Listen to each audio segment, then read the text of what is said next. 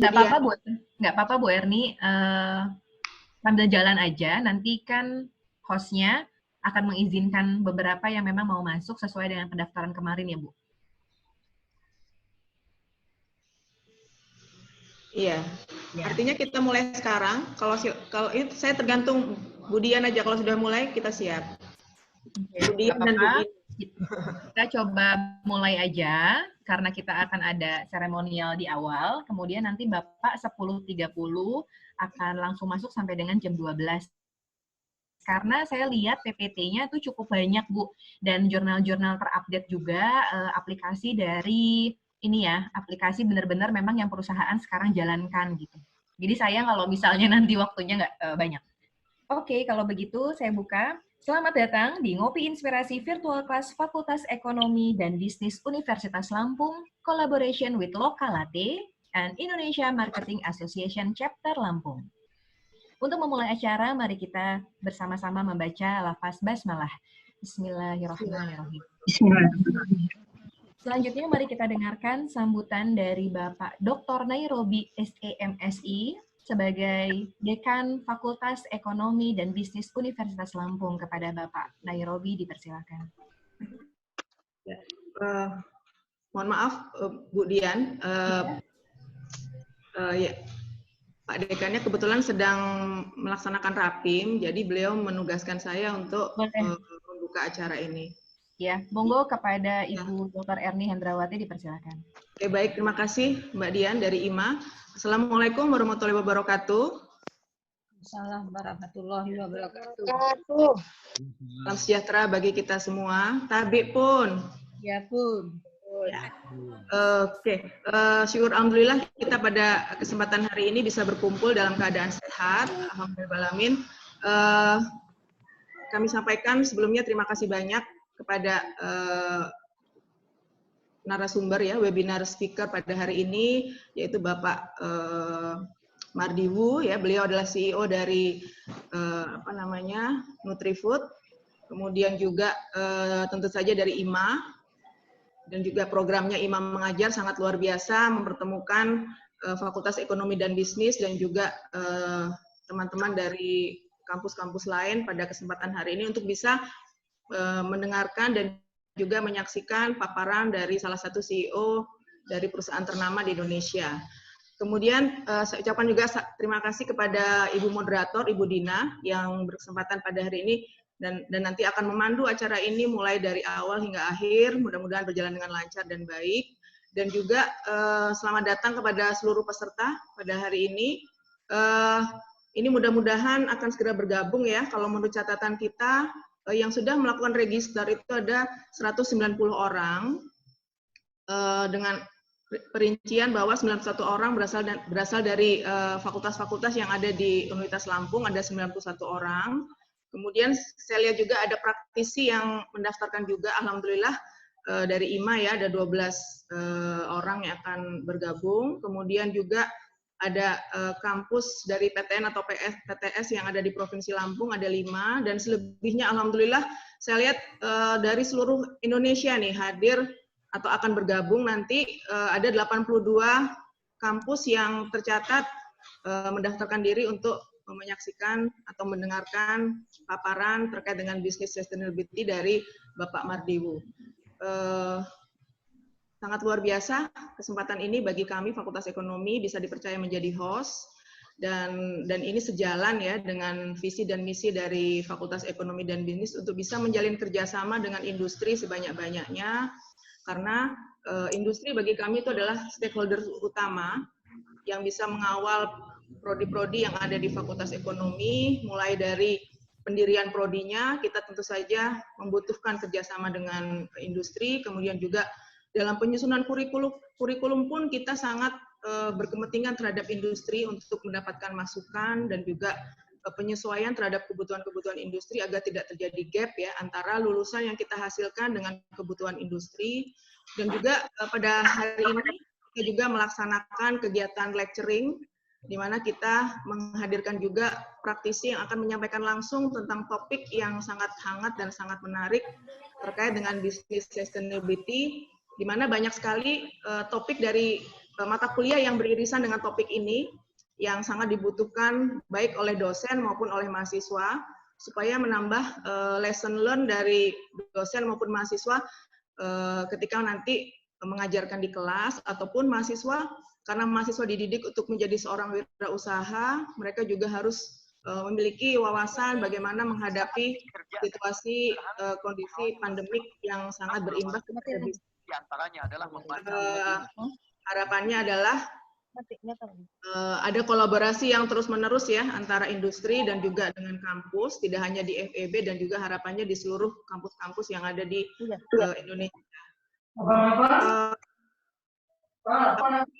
Apalagi nih Mbak Vio, kita juga dan teman-teman yang hadir di sini bahwa kita juga akan melaksanakan kurikulum Merdeka Belajar, di mana itu kolaborasi dengan industri itu merupakan salah satu alternatif untuk melaksanakan kurikulum Merdeka Belajar. Jadi alhamdulillah hari ini kita diberi kesempatan juga oleh IMA dengan programnya yang luar biasa keren ya, ada IMA Mengajar, itu sangat-sangat mengakomodir kebutuhan dari prodi-prodi terutama di sekolah bisnis seperti halnya di Fakultas Ekonomi dan Bisnis. Jadi Bapak Ibu sekalian yang hadir sebagai peserta, selamat berdiskusi, selamat menimba ilmu, semoga apa yang kita dapatkan pada hari ini bisa bermanfaat pada Bapak Ibu semua, dan juga kami dari pelaksana di sini memohon maaf ya, mungkin seandainya dalam segi teknis ataupun administratif ada yang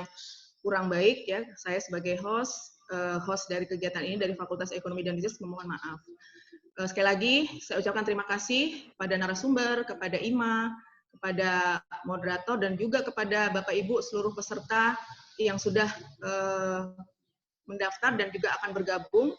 Ini tercatat baru 68, mudah-mudahan 10 menit ke depan nanti sudah penuh dan juga sudah sesuai dengan apa yang diregistrasikan. Mungkin itu saja. Saya akhiri dengan ucapan alhamdulillahirabbil alamin. Wassalamualaikum warahmatullahi wabarakatuh. Waalaikumsalam warahmatullahi wabarakatuh. Terima kasih sekali untuk Ibu Dr. Erni Hendrawati, perwakilan dari Fakultas Ekonomi dan Bisnis Universitas Lampung. Selanjutnya saya akan membacakan profil dari moderator kita hari ini yang bernama Ibu Dina Safitri SEM Inbes ya. Beliau lahir di Tanjung Karang 15 Oktober 1974, menjadi dosen ya, kemudian sangat tertarik dengan volunteering, social and humanitarian works, biking dan juga traveling. Ibu Dina Safitri ini luar biasa banget, saya baca CV-nya, jadi emang keren banget. Beliau itu 2011 sampai dengan 2013 itu menjadi Master of International Business University of South Australia di Australia. Kemudian sebelumnya di tahun 93-97 Bachelor of Economic Degree with Honors from Economic Faculty University of Lampung, Indonesia, major in Marketing Management. Beliau juga mendapatkan scholarship dan grants 95 beasiswa peningkatan prestasi akademik from Indonesia Ministry of Education for University Student, 2011 BPP LN Dikti from Kemenristek Dikti for Master Degree at Australia, 2 tahun, luar biasa. 2017 itu FEB Unila Grand English Course for Academic Purposes, kemudian 2018 PKBI Program 2018 awardee, 2019 Talent Scouting Program 2019 awardee, dan 2019 nih baru kemarin ya Bridging Program 2019 from Indonesia Ministry of Research Technology and Higher Education to Memorial University of Newfoundland, Canada. Terima kasih banget Ibu Dina atas waktunya, sudah meluangkan waktu untuk bisa sharing bareng sama kita, menjadi moderator kita ini. Menjadi kehormatan juga nih bisa kenal ya, karena biasanya sama Bu Erni gitu ya saja, sama Pak Dria dan lain-lain. Sekarang semakin banyak lagi, jadi nanti kita bisa semakin banyak kolaborasi baik bersama dengan Ukalate dan juga IMA. Monggo Ibu Dina, waktu saya persilahkan langsung ke Ibu Dina sebagai moderator webinar series hari ini. Oke, terima kasih Mbak Dian. Saya ambil alih dari sini. Assalamualaikum warahmatullahi wabarakatuh. Selamat pagi, salam sejahtera Ibu dan Bapak sekalian. Sebelum kita masuk ke materi, saya akan bacakan CV narasumber kita terlebih dahulu yang luar biasa. Nama lengkap beliau, narasumber kita hari ini adalah Dr. Mardiwu, STP MBA. Current position is CEO Nutrifood Indonesia. Dr. Mardiwu started his career at Nutrifood Indonesia as Research and Development Manager in June 1995.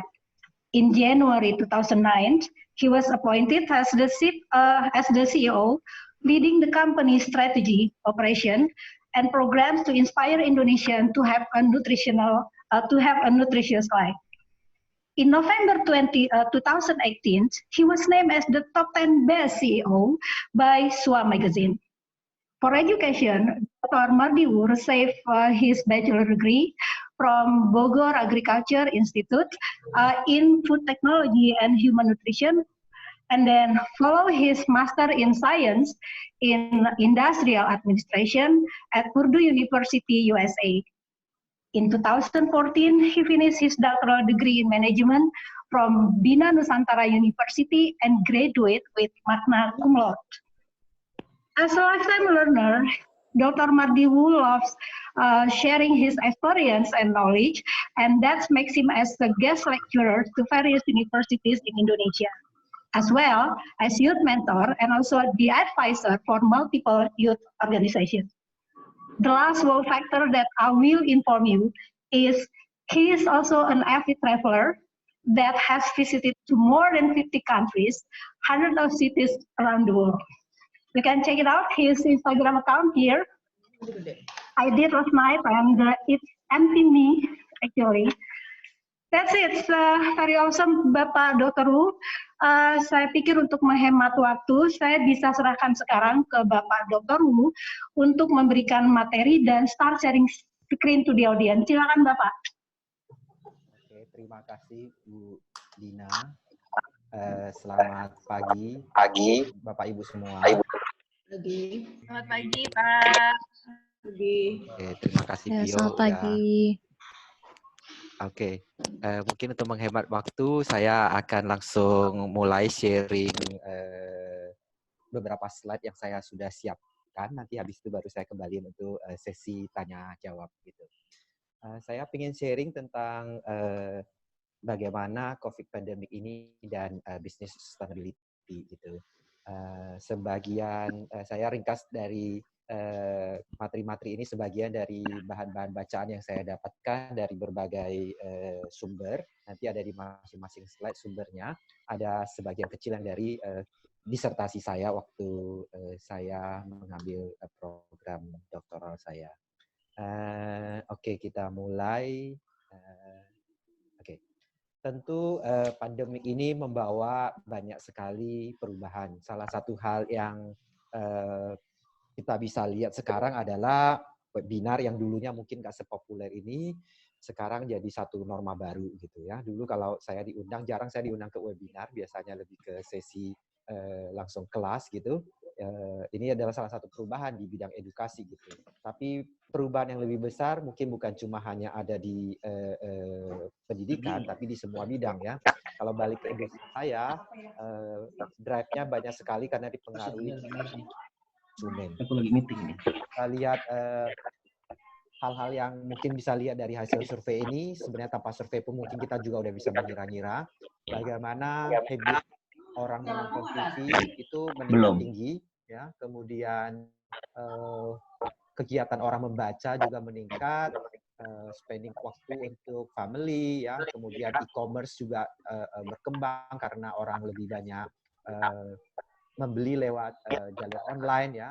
Terus kegiatan-kegiatan hobi seperti cooking, baking yang dulu mungkin tidak sepopuler itu sekarang naiknya luar biasa gitu ya. Itu seterusnya masih bisa dilihat, tapi tentu ada beberapa perilaku konsumen juga yang kita lihat karena ada pembatasan ini, orang akan lebih sedikit mobilitas orang berkurang, orang lebih tidak banyak keluar rumah, tidak banyak ke tempat-tempat publik, tidak ke tempat aktivitas yang mungkin sebelumnya menjadi satu segmen industri yang cukup menarik seperti gym gitu ya.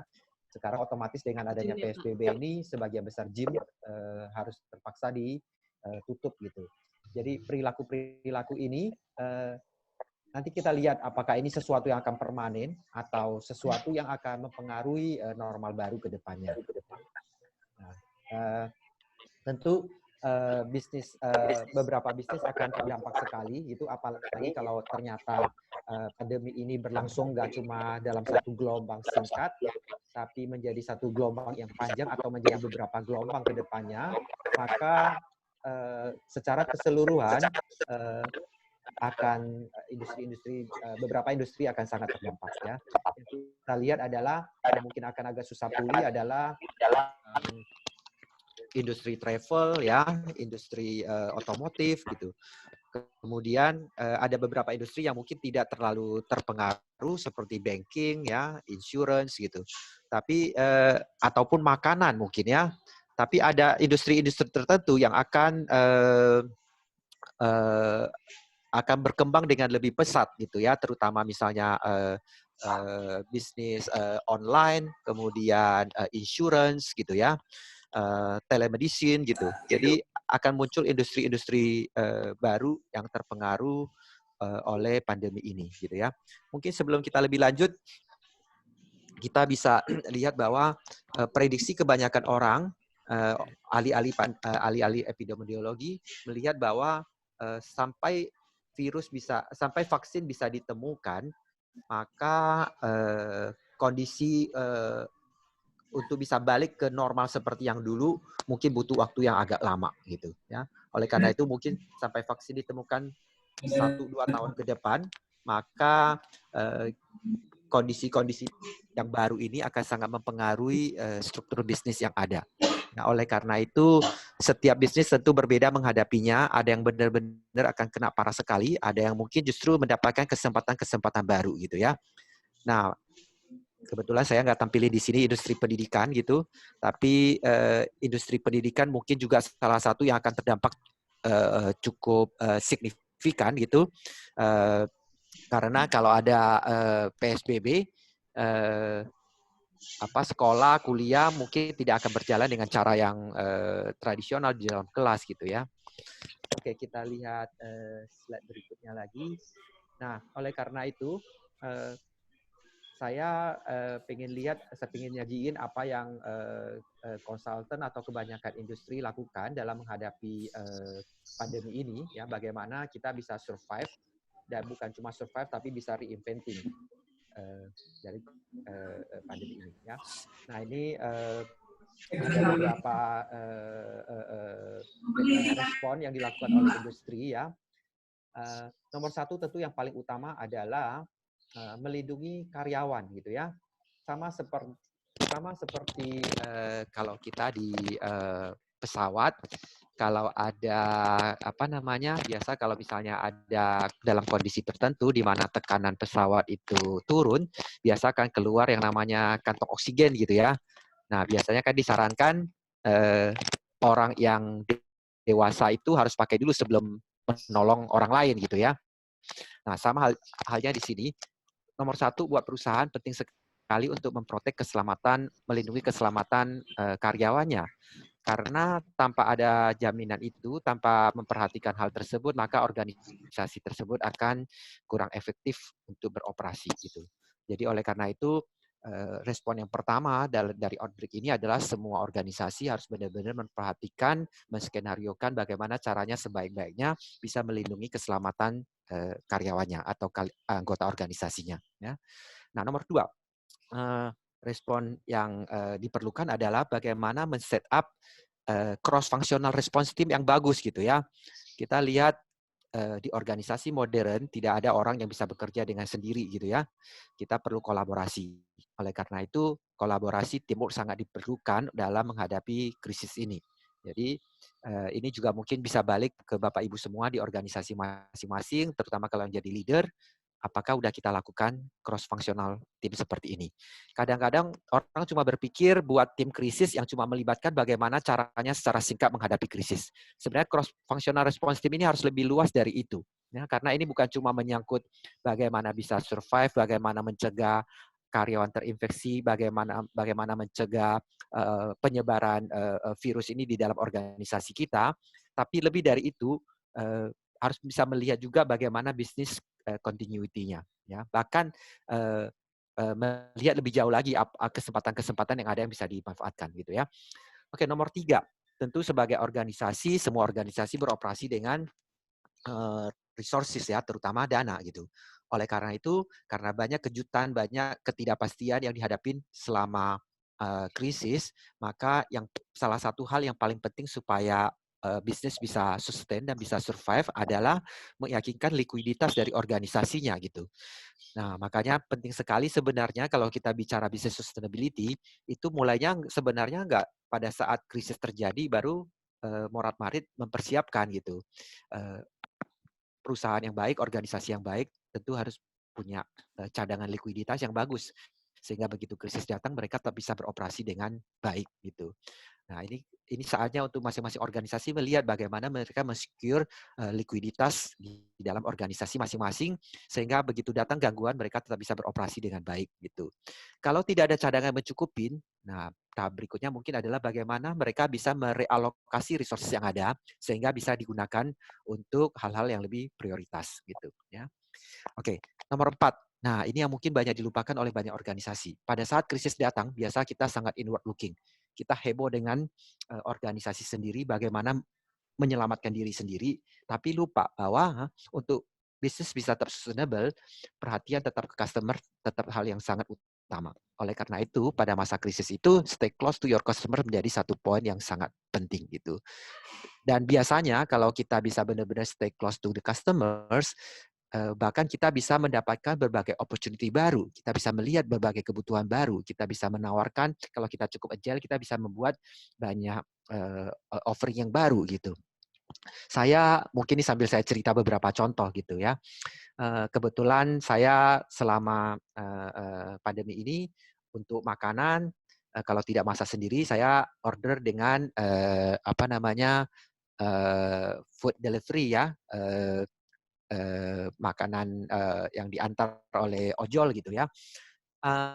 Saya melihat bahwa sebenarnya kalau perusahaan food delivery gini, yang ojol-ojol gini, yang mengantar makanan ini, kalau mereka lebih bisa menggali kebutuhan customer, mereka bisa membuat poin diferensiasi yang berbeda. Coba bayangkan begitu peningkatan buat orang yang order makanan. Biasa dulu orang order makanan kayak gini, makannya bisa di kantor, bisa di mana aja.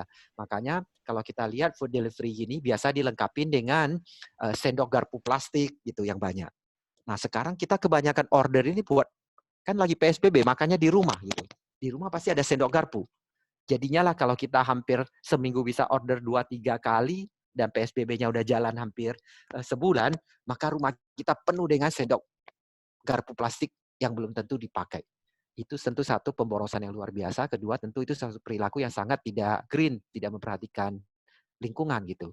Sebenarnya ojol-ojol ini kalau cukup cermat harusnya bisa mengambil ini untuk memberikan option di aplikasinya. Apakah customer meminta nggak untuk utensil plastik seperti ini gitu. Dan kalau ada yang punya inisiatif kayak gini, mungkin dia bisa mengklaim dia menjadi perusahaan yang lebih green dibanding dengan kompetitornya gitu. Jadi cuma salah satu insight contoh bagaimana stay close to customers menjadi hal yang penting gitu ya. Kemudian berikutnya lagi adalah bagaimana kita bisa menstabilkan supply chain gitu ya. Nah, ini mungkin pengalaman menarik di industri kami juga ya. Kebetulan pada saat krisis sebenarnya gangguan pertama itu pasti gangguan dari supply chain, baik dari hulu maupun dari hilir gitu ya. Dari supplier begitu karena ini pandemi, ini sesuatu yang terjadi global, padahal saat ini untuk perusahaan-perusahaan makanan terutama bahan baku itu sebagian itu pasti merupakan bahan baku yang harus diimpor dari luar negeri gitu. Atau setidaknya beberapa bahan baku itu pasti adalah bahan-bahan yang tergantung dari supply yang ada di global gitu. Nah, pada saat gangguan itu terjadi, itu nomor satu adalah kita harus bisa cepat secure untuk supply-nya gitu ya. Belum lagi kita bicara bagaimana dengan kemungkinan tidak stabilnya mata uang, sehingga kita harus benar-benar menjaga bagaimana kita bisa beli secara forward gitu ya, supaya untuk bisa mengamankan harga gitu. Nah, kalau di hilir yang terjadi ini cukup menarik. Kalau di consumer goods, kalau Bapak Ibu familiar dengan istilahnya bullwhip effect, itu bullwhip effect-nya panjang ya. Karena rantai distribusi untuk produk-produk consumer goods itu biasa cukup panjang. Dari pabrik itu biasa ke distributor, distributor bisa ke subdistributor, subdistributor ke grosir, grosir bisa ke toko, tokonya bisa baru sampai ke konsumen gitu. Jadi jalurnya cukup panjang gitu. Nah, biasanya mata rantai di tengah-tengah ini mulai panik duluan. Semua orang takut krisis data, nggak mau menyimpan persediaan atau stok yang cukup tinggi. Jadi semua orang ngerem. Padahal orang belum tahu, belum punya data yang cukup. Apakah konsumennya benar-benar ngerem makanan?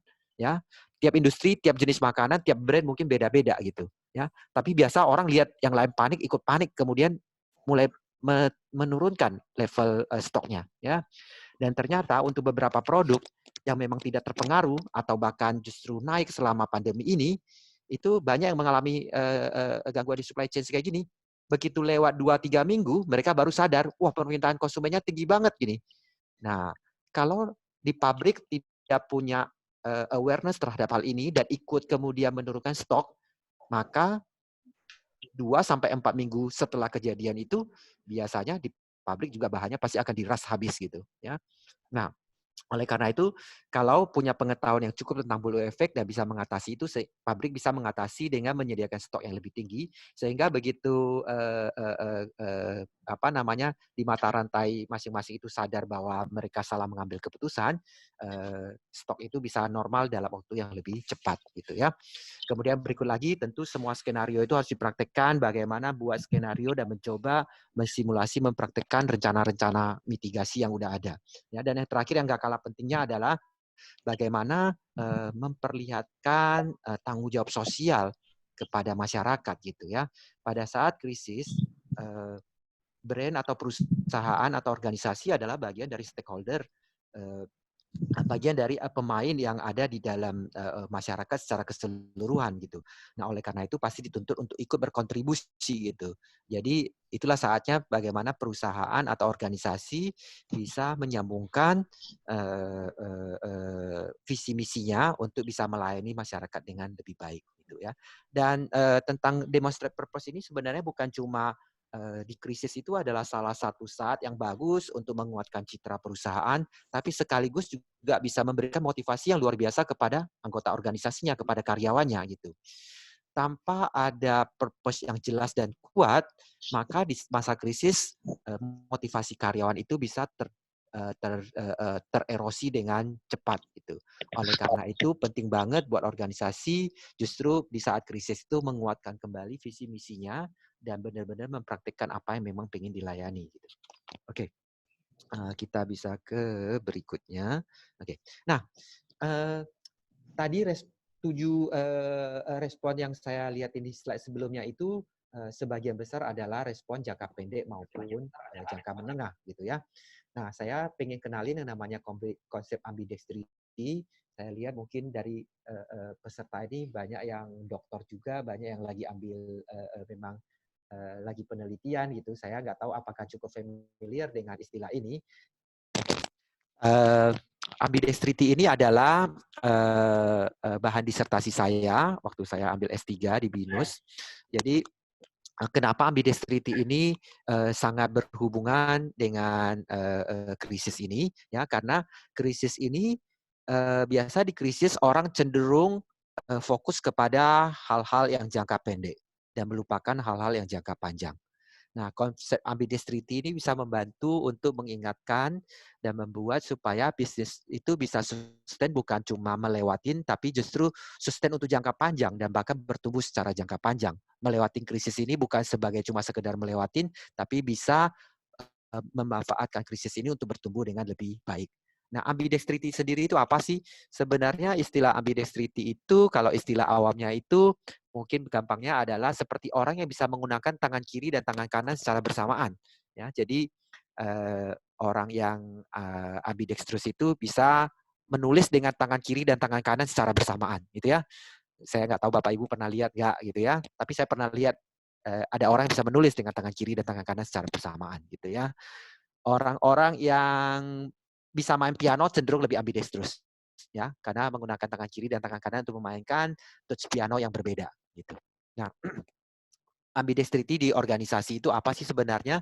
Itu adalah kemampuan satu organisasi untuk bisa menyeimbangkan antara fokus kepada eksploitasi dan eksplorasi.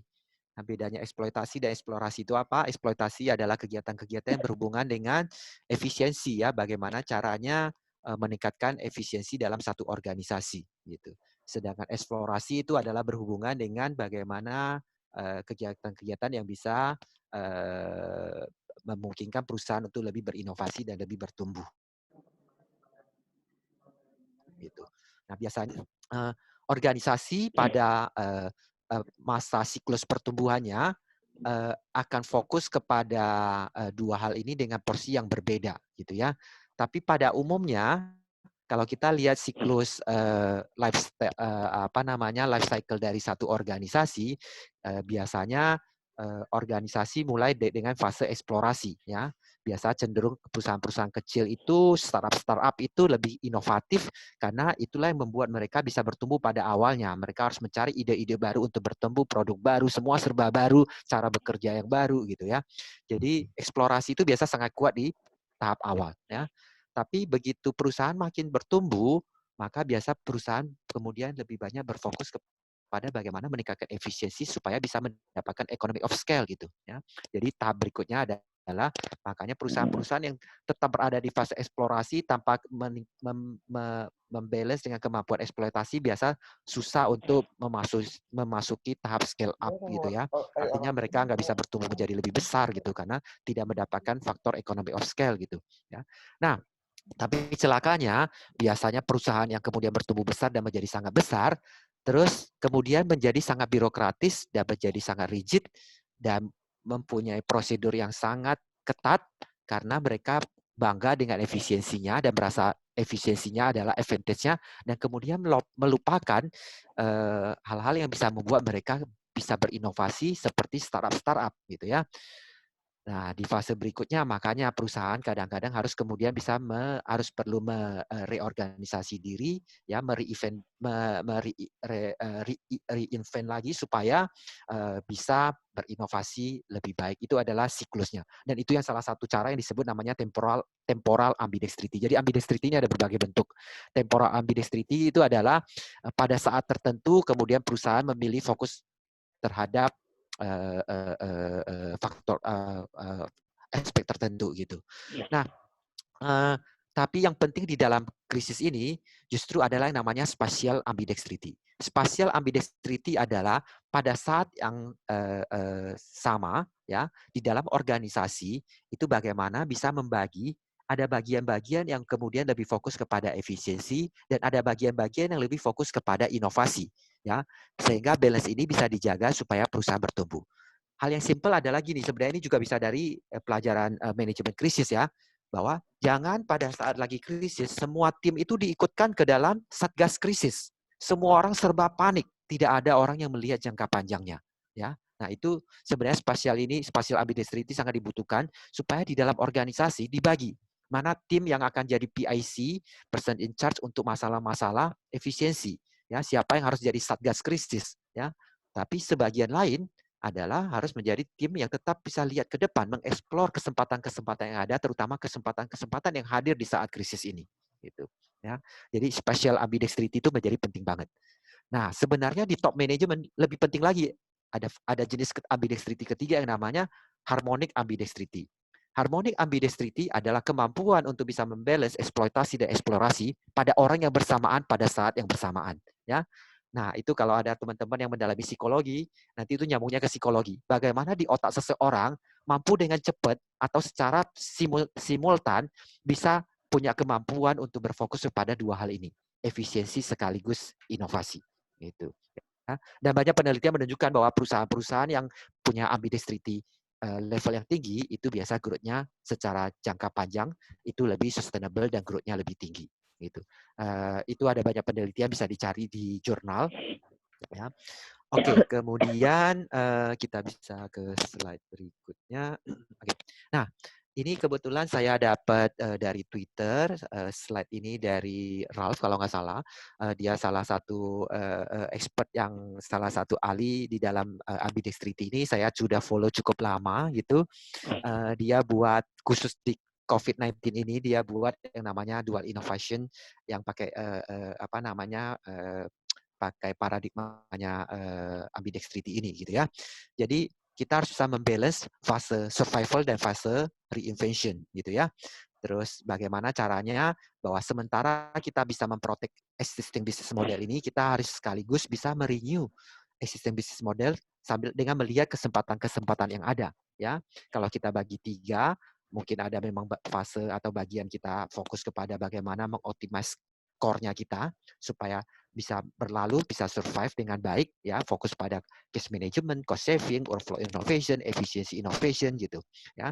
Tapi juga kedua hal yang berikut, yaitu mereshape the core, ya, bagaimana bisa berinovasi di operating modelnya dengan perubahan yang terjadi, ya. Apalagi nanti kita lihat di slide berikutnya bahwa pandemi ini kelihatannya akan berlangsung cukup lama, sehingga ini akan mempengaruhi bisnis ini secara jangka panjang gitu ya. Dan jangan lupa bahwa justru karena perubahannya begitu mendasar sampai ke struktur industri pun berubah, maka kita harus bisa melihat kesempatan-kesempatan yang ada sehingga memberikan kesempatan kita untuk ada kesempatan untuk bisa mengadjust value proposition brand kita atau organisasi kita, terus kemudian termasuk bisa memberikan kesempatan untuk berinovasi di bisnis model kita gitu ya. Jadi ini framework-nya. Terus nah, sekarang kita masuk ke berikutnya. Nah, kalau dari segi leadership, apa sih yang dibutuhkan sebenarnya di masa pandemi ini gitu ya. Nah, pandemi ini pasti datang dengan segala ketidakpastian ya, datang dengan segala uncertainty ya. Oleh karena itu, maka yang diperlukan kadang-kadang justru orang cenderungnya karena ketidakpastian itu begitu tinggi, orang itu suka menunggu informasi lebih banyak baru mau bertindak ya. Padahal di dalam krisis itu sebenarnya harus bisa balance ya. Kadang-kadang dengan informasi yang terbatas kita harus berani mengambil keputusan. Acting with urgency itu menjadi satu hal yang penting, terutama di industri-industri yang dinamikanya tinggi gitu ya, atau terutama di industri-industri yang ancamannya sangat tinggi gitu ya. Kemudian yang kedua, karena ketidakpastian itu tinggi, terutama di organisasi-organisasi yang memang melibatkan banyak orang, komunikasi secara transparan menjadi hal yang penting. Ya, dalam skala besar itu melihatkan bahwa pada saat krisis, transparansi itu menjadi salah satu kunci. Ya, kalau downplaying ancamannya atau kemudian menyimpan berita buruk gitu, kadang-kadang membuat seluruh organisasi lebih tidak siap terhadap hal itu ya, dan bisa menciptakan miskomunikasi dan chaos di dalam satu organisasi. Jadi transparansi itu penting, share apa yang terjadi, apa plan berikutnya dan bagaimana cara menghadapinya gitu ya. Kalau secara pemerintahan kita bisa lihat beberapa kepala negara itu gaya komunikasinya cukup transparan dan cukup bagus ya. Kalau yang gampang diikutin sebenarnya mungkin kalau ikut lihat Facebook-nya Perdana Menteri Singapura, itu cara komunikasinya itu cukup updated dan cukup transparan ya. Tidak menakut-nakutin, tapi semua fakta bisa dipaparkan, tapi juga bisa mengajak orang tindakan berikutnya seperti apa gitu ya. Dan tentu masih banyak pemimpin-pemimpin lain yang juga bertindak dengan sangat transparan dan sangat baik gitu ya. Kemudian taking responsibility, fokus di solving problems ya. Dibanding dengan cuma mendefense dan mencari kesalahan gitu ya. Jadi sebenarnya kalau mau berlalu krisis dengan baik itu teamwork di dalam organisasi itu menjadi satu hal yang sangat penting gitu ya.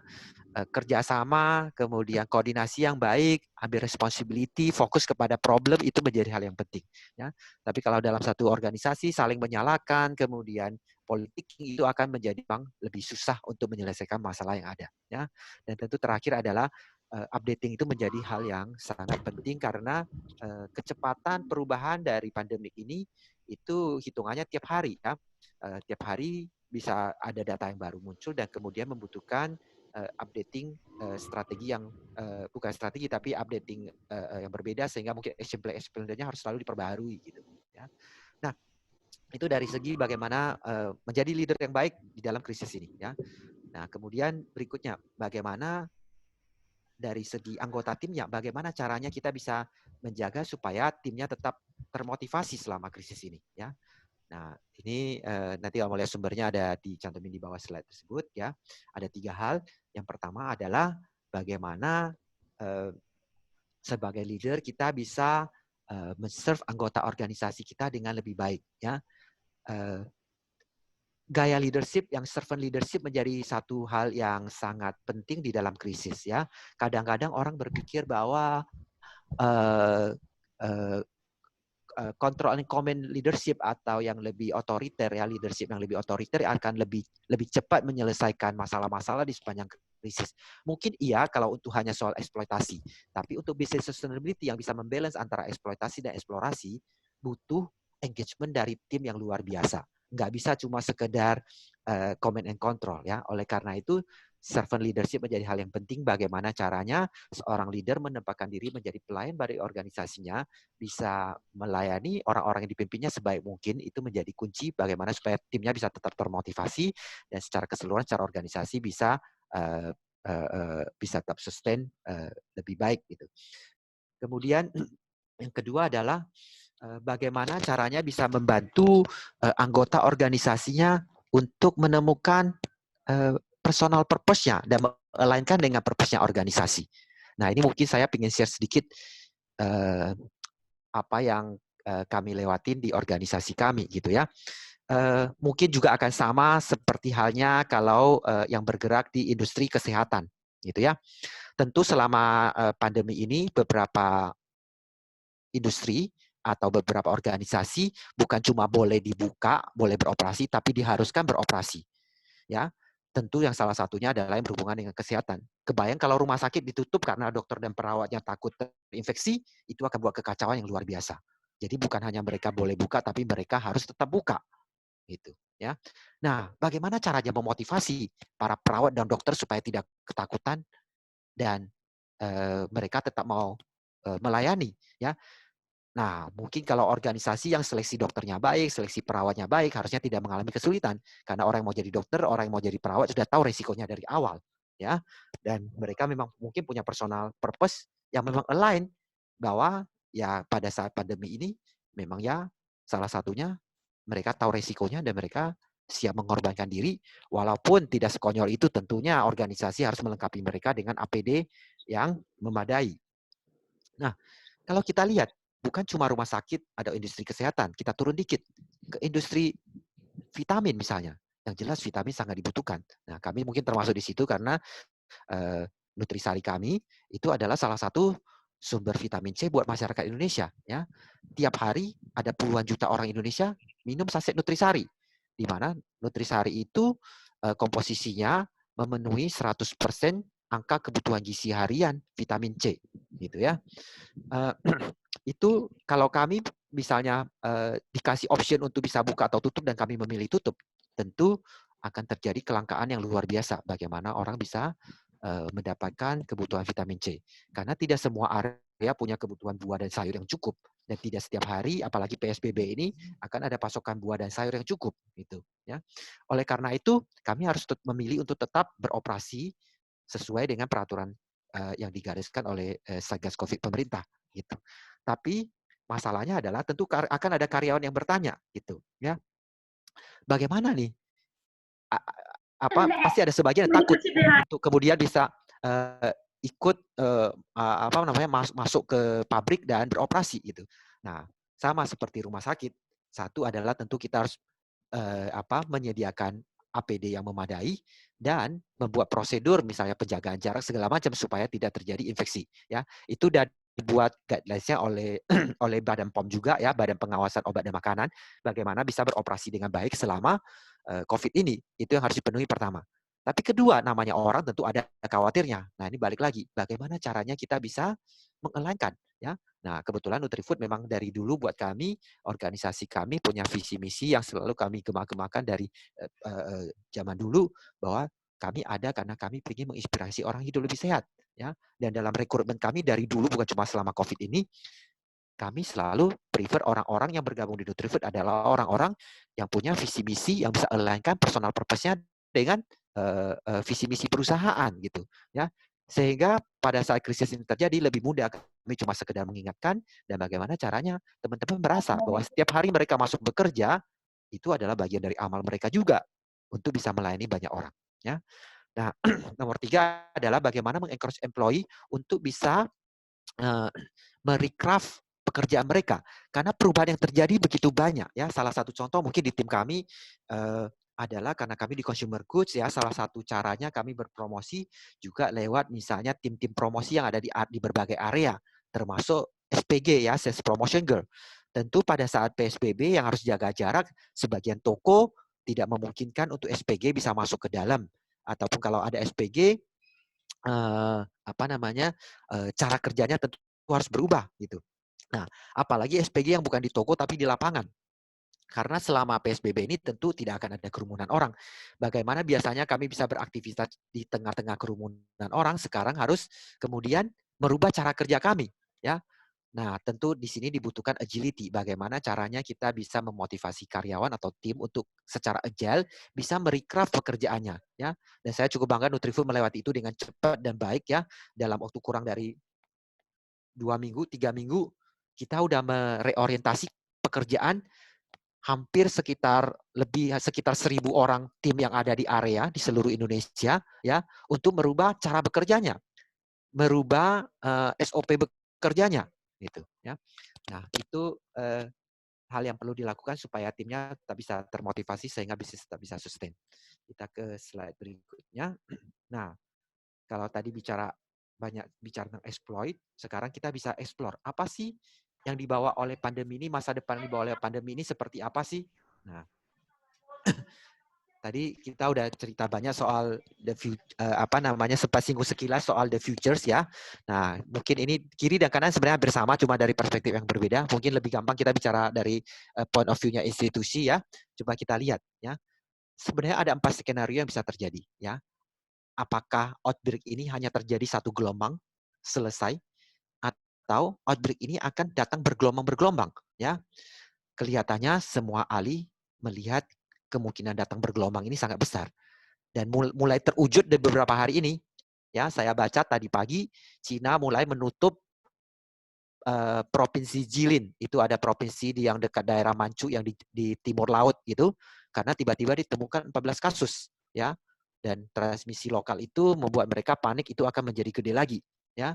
Korea yang kemarin sempat merilekskan pembatasannya, terus tiba-tiba harus tutup lagi karena di bar ditemukan ada kasus dan mereka takut itu menyebar. Ya. Jadi kelihatannya kita harus berdamai dengan virus ini, dan virus ini akan datang bergelombang-bergelombang, nggak tahu seberapa besar. Ya, ada skenario yang melihatkan bahwa akan bisa, kalau orang lengah, justru jangan-jangan seperti pandemi flu Spanyol dulu, gelombang keduanya akan jauh lebih besar daripada gelombang pertama ini. Ya, kita lihat kan ini udah jalan hampir 3-4 bulan. Kasus positif yang terdeteksi di data internasional kan sekitar hari ini sekitar 4 jutaan. Bukan tidak mungkin kalau tidak siap, kalau lengah, mengulang kejadian pandemi flu Spanyol dulu, itu gelombang kedua akan datang dengan skala yang jauh lebih hebat, bisa 10 kali lipat gitu ya. Semoga bukan itu yang terjadi ya. Semoga gelombang berikut cuma hanya gelombang kecil, karena memang pasti tidak akan sempurna pencegahannya. 1-2 di sini pasti akan terjadi.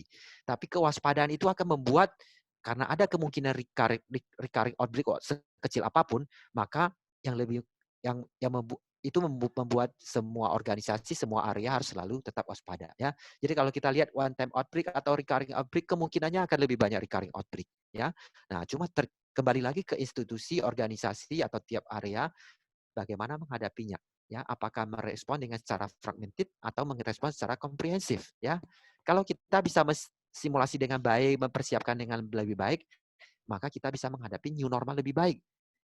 Kita udah melihat bagaimana organisasi kita bisa menghadapi hal tersebut, kedepannya apa yang akan kita lakukan, bagaimana kita merorientasi bisnis kita gitu. Kita bisa menghadapi new normal dengan lebih baik ya. Kalau tidak, secara fragmented, maka kita cuma putting out fires ya, begitu ada outbreak, kita tutup lagi, PHK terjadi lagi, ya, atau organisasinya kemudian yang tadinya udah kembang-kempis beneran jadi harus terpaksa ditutup gitu, ya. Nah, semua respon itu kembali lagi ke bagaimana kita bersiap menghadapi. Kalau di level personal ya, bagaimana pribadi kita menghadapi itu akan secara siap mensimulasikan bagaimana kita menghadapi depannya, atau kita akan bolak-balik kemudian menghadapi lockdown ini dengan stres gitu ya. Oke, kita lihat berikutnya. Nah, ini menurut McKinsey ini ada 7 next normal yang mereka prediksi ya, tapi mungkin tidak semua akan cocok buat kita di Indonesia ya, tapi saya coba singgung sekilas beberapa. Yang jelas nomor 1, distance is back ya. Beberapa dekade sebelum ini kita melihat tren globalisasi yang makin nyata ya. Nah, mungkin ini saatnya pelajaran-pelajaran harus berbalik. Ya, pandemi ini kalau memang ini new normalnya akan berlangsung lama, maka kita lihat distance is back dan deglobalisasi akan jadi tren. Ya, kita semua akan balik kepada bisnis yang punya akar kuat di lokal. Ya, karena globalisasi pasti akan sangat terhambat dengan adanya penjarakan ini. Ya. Itu satu, distance is back ya. Kemudian kedua, krisis ini kalau berlangsung lama, maka organisasi itu butuh agile dan butuh efisiensi untuk kemudian bisa tetap selalu agile di dalam setiap situasi yang akan dibawa di berikutnya, gitu ya. Karena krisis ini menuntut kewaspadaan yang sangat tinggi, maka tiap organisasi butuh hal ini, ya. Makanya kalau dalam menstruktur organisasinya ke depan, kemudian mempromosikan orang-orang, faktor ini menjadi penting. Leader apa sih yang kita butuhkan dalam 1-2 tahun ini? Orang-orang yang resilience, ya, yang punya agility yang bagus. Kemudian yang berikutnya adalah, nah ini mungkin cukup menarik gitu ya, tentang contact free economy, ya. Bagaimana bahwa kalau memang ada resiko recurring outbreak secara continue di kedepannya, maka contact free economy itu menjadi satu topik yang menarik ya, ekonomi yang berjarak ya. Kita lihat ekonomi yang membutuhkan pertemuan fisik yang begitu intens akan menjadi sesuatu yang tidak bisa sustain, tidak bisa dipertahankan ya. Ini mungkin pertanyaan besar buat, karena saya lihat daftar hadirnya sebagian besar adalah dosen ya. Jangan-jangan kita tidak akan benar pernah kembali lagi untuk ilmu sosial terutama ya, secara sempurna kuliah di kelas ya. Jangan-jangan kuliah di kelas akan jadi satu kemewahan yang mungkin hanya bisa dilakukan dengan cara tertentu ya. Kita mungkin akan kesulitan untuk bisa mengumpulkan orang untuk duduk berdekatan di dalam kelas. Kalau kita turunin kapasitas kelasnya, artinya cost untuk menyelenggarakan kelas itu akan makin naik gitu ya. Jadi itu menjadi tantangan baru ya. Kita lihat yang saya bayangkan paling kena nomor 1 adalah bioskop ya. Kalau pendidikan mungkin orang ambil resiko untuk itu karena saking pentingnya. Kalau bioskop karena banyak substitusi ya, mungkin konsumennya sendiri walaupun bioskop udah boleh dibuka, mungkin tidak akan banyak orang yang berani masuk ke bioskop. Dalam tempat yang tertutup itu orang duduk bersebelahan ya. Tapi kalau orangnya tidak boleh duduk bersebelahan, ya harga tiketnya mungkin akan melonjak 2 kali lipat, which is membuat itu juga jadi kurang menarik gitu ya. Jadi berbagai industri harus memikirkan ulang. Industri-industri yang mengandalkan orang-orang yang berdekatan harus memikirkan ulang, termasuk pabrik ya. Makanya katanya biasanya tiap krisis itu akan membawa proses otomatisasi yang lebih cepat ya. Level otomatisasi selalu meningkat tajam pada saat terjadinya krisis ya. Nah, kita lihat ini kemungkinan otomatisasi industri 4.0 akan berjalan bisa jadi lebih cepat karena ini ya. Smart manufacturing akan berjalan lebih cepat gitu ya. Kemudian, nah ini saya mungkin tidak terlalu kompeten tuh ngomong 2 hal yang berikut ini, jadi saya mau skip ya.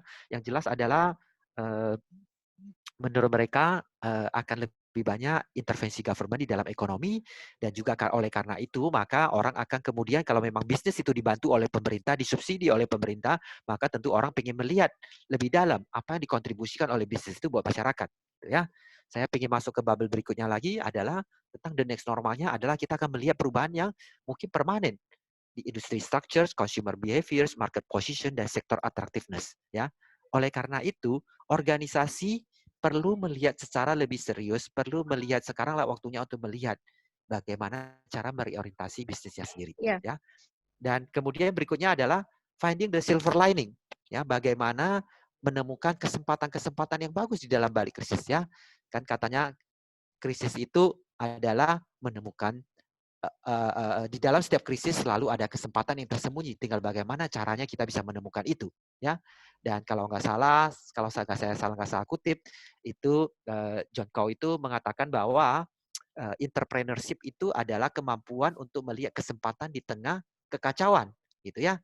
Jadi kalau orang melihat krisis ini sebagai kekacauan, maka seorang entrepreneur yang baik adalah orang yang bisa melihat ini sebagai satu kesempatan, gitu. Ya. Dan banyak sekali kesempatan yang bisa dilihat dan bisa muncul dari pandemi ini, ya. Beberapa hal contohnya misalnya telemedicine, ya. Karena yang paling terdampak adalah sektor kesehatan, maka kita akan melihat perkembangan yang luar biasa dari telemedicine, ya. Sekarang telemedicine kan sebenarnya regulasinya segala masih banyak diperdebatkan, gitu ya. Tapi ke depan kita akan melihat bahwa kontak antara dokter dan pasien itu pasti akan bergerak makin minimum. Bagaimana caranya untuk melindungi dokter dan semua petugas medis lainnya, ya. Tapi sekaligus bisa melakukan itu dengan baik, ya. Itu telemedicine, ya. Kemudian kalau kita lihat policy untuk flexible work arrangement, ya, bekerja dari rumah, bekerja dari mana aja, itu tentu akan menjadi norma yang baru, ya. Banyak perusahaan udah membuat policy, ya, terutama perusahaan-perusahaan multinasional yang besar. Kalau nggak salah Google atau Facebook itu udah memberikan kesempatan untuk karyawannya untuk bisa bekerja dari rumah sampai akhir tahun, gitu, ya. Jadi flexible work management or arrangement itu akan menjadi satu hal yang perubahannya luar biasa, ya. Kemudian kalau kita lihat bahwa digitalisasi di kalangan senior atau orang-orang yang lebih berumur itu biasanya berjalan lebih lambat. Di next normal ini justru jangan-jangan mereka adalah orang yang paling mungkin akan menjadi paling memanfaatkan teknologi-teknologi digital, ya. Kalau dulu mengajarkan orang tua untuk bisa aktif di YouTube, di Zoom itu kelihatan sesuatu yang sangat amat susah, ya. Kita lihat the next normal ini jangan-jangan akan membuka kesempatan baru, ya, untuk sektor-sektor yang selama ini kita perkirakan bahwa tumbuhnya lambat, gitu. Kita bisa sedikit lagi, rasanya ini udah dua slide terakhir, ya. Ini slide terakhir yang kedua. Oke. Jadi jalan menuju pemulihannya itu kalau bisa di recap dengan singkat itu jadi shape, gitu ya. Pertama, tumbuhkan startup mindset, cara berpikir seperti startup, ya.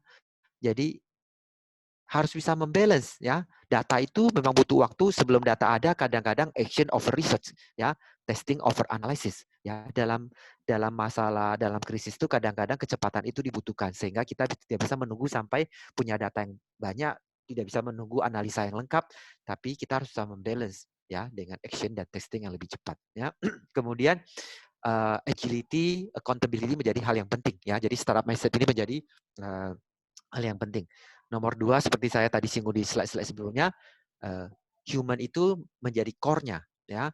Karena pada saat krisis di tengah perubahan yang cepat, sebelum era machine learning benar-benar menguasai organisasi, maka pada saat perubahan yang bisa dengan cepat beradaptasi human-nya, bukan prosedur, ya. Karena secara organisasi kan elemen penting itu adalah salah satunya adalah human dan juga sistem, ya. Tapi pada saat ada krisis, maka peran human akan jadi lebih penting karena itu human akan lebih agile dibandingkan dengan prosedur yang lebih kaku, gitu, ya. Kemudian yang ketiga, ya. Nah, digitalisasi menjadi satu hal yang bisa mempercepat road to recovery, ya. Jadi digital channel sebagai channel untuk distribusi, channel untuk pelayanan, maupun digitalisasi untuk simplifikasi dan untuk meningkatkan kekuatan analytics itu menjadi hal yang penting untuk menuju recovery, ya. Dan berikutnya lagi adalah purpose driven customer playbook, ya. Harus bisa mengerti apa yang customer hargai pasca COVID, ya. Dan yang terakhir yang menarik adalah ekosistem dan adaptability, ya. Bisnis itu adalah ekosistem, ya. kita bisa belajar banyak dari alam, ya. Bagaimana pada saat ekosistem itu berubah, kita harus belajar untuk beradaptasi, ya. Nah, apa namanya? Bagaimana mempertimbangkan kolaborasi dengan partner-partner atau supply chain yang mungkin selama ini belum dijajakin gitu ya. Nah, saya mengutip ada satu framework yang cukup bagus, ini adaptive cycle ya. Ini sebenarnya belajar dari ilmu biologi, bagaimana satu ekosistem itu bisa sustain dalam jangka waktu yang lama, dan ternyata salah satu hal buat bisa sustain justru ada yang namanya disruption, ada yang namanya krisis. Jadi kalau kita mau ambil perspektif ini lebih jauh, kita bisa melihat bahwa krisis ini sebenarnya menjadi satu cara untuk bertumbuh lebih tinggi, ya. Dan bukan satu kayak kesialan atau satu bencana semata, tapi ini kayak menjadi satu prasyarat untuk kemudian menjadi satu cycle untuk bertumbuh lebih tinggi. Kenapa begitu? Karena kalau kita lihat di ekosistem biologi, ya, sama kalau kita pakai ini siklus ini bisa dilihat untuk alam maupun untuk organisasi, ya. Kalau kita lihat di aksis Y-nya itu potensial pertumbuhannya ya yang di bawah rendah ke tinggi ya. Terus kalau di aksis X-nya itu adalah connectiveness-nya di antara berbagai elemen yang ada di dalam ekosistem mulai dari sangat rendah ke sangat tinggi keterhubungannya, maka kita lihat bahwa satu ekosistem baru misalnya kita bilang hutan ya, hutan itu sebelum mulai tumbuh itu mulai dari biasanya tidak tiba-tiba tumbuh dengan pohon-pohon tinggi dan rindang, tapi mulainya dari tanaman-tanaman kecil yang mulai tumbuh di bawah ya. Biasanya itu kita bisa kalau di organisasi seperti startup semua mulai tumbuh dari kecil ya, dan kemudian berkompetisi untuk itu. Biasanya dari tahapan eksplorasi ini kemudian akan ada tanaman-tanaman yang bisa lebih efisien dan memanfaatkan sumber dayanya lebih baik dan punya gen yang lebih baik, kemudian dia tumbuh tinggi menjadi mendominasi ekosistem tersebut. Nah, itulah tanaman-tanaman tinggi yang menjulang tinggi di hutan, membentuk kanopi-kanopi yang tinggi, ya. Kemudian dia membuat hutan itu begitu rindang dan sustain untuk waktu yang lama. Ini sama kayak bisnis. Dari startup akan tumbuh beberapa entity yang kemudian mendapatkan economy of scale dan kemudian bisa beroperasi secara efisien dan tumbuh menjadi besar, ya.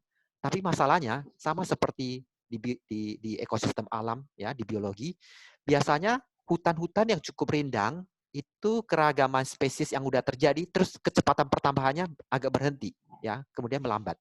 Jadi tidak akan banyak lagi spesies baru bertumbuh pada saat kemudian kanopinya udah tertutup, hutannya udah lebat banget, itu biasa spesiesnya udah cukup banyak, terus akan terjadi perlambatan penambahan spesies baru. Ya, sama di bisnis juga begitu. Begitu bisnis itu menjadi kemudian tumbuh besar, strukturnya menjadi lebih rigid, biasa inovasinya kemudian berkurang. Ya. Nah, kadang-kadang kemudian terjadilah ada bencana, ada angin, ada kebakaran hutan atau hal yang lain, terutama mungkin kebakaran atau gempa atau apa, membuat atau kemudian kondisi alam yang membuat disruption yang luar biasa terhadap hutan itu, ya. Nah, sama mungkin juga di organisasi juga kayak gitu. Krisis-krisis itu membuat gangguan yang supaya ekosistemnya menemukan keseimbangannya kembali, ya. Mulai dari tahapan rilis ini, kemudian membutuhkan supaya bisa bertumbuh tinggi, mulailah dengan reorganisasi yang baru, ya.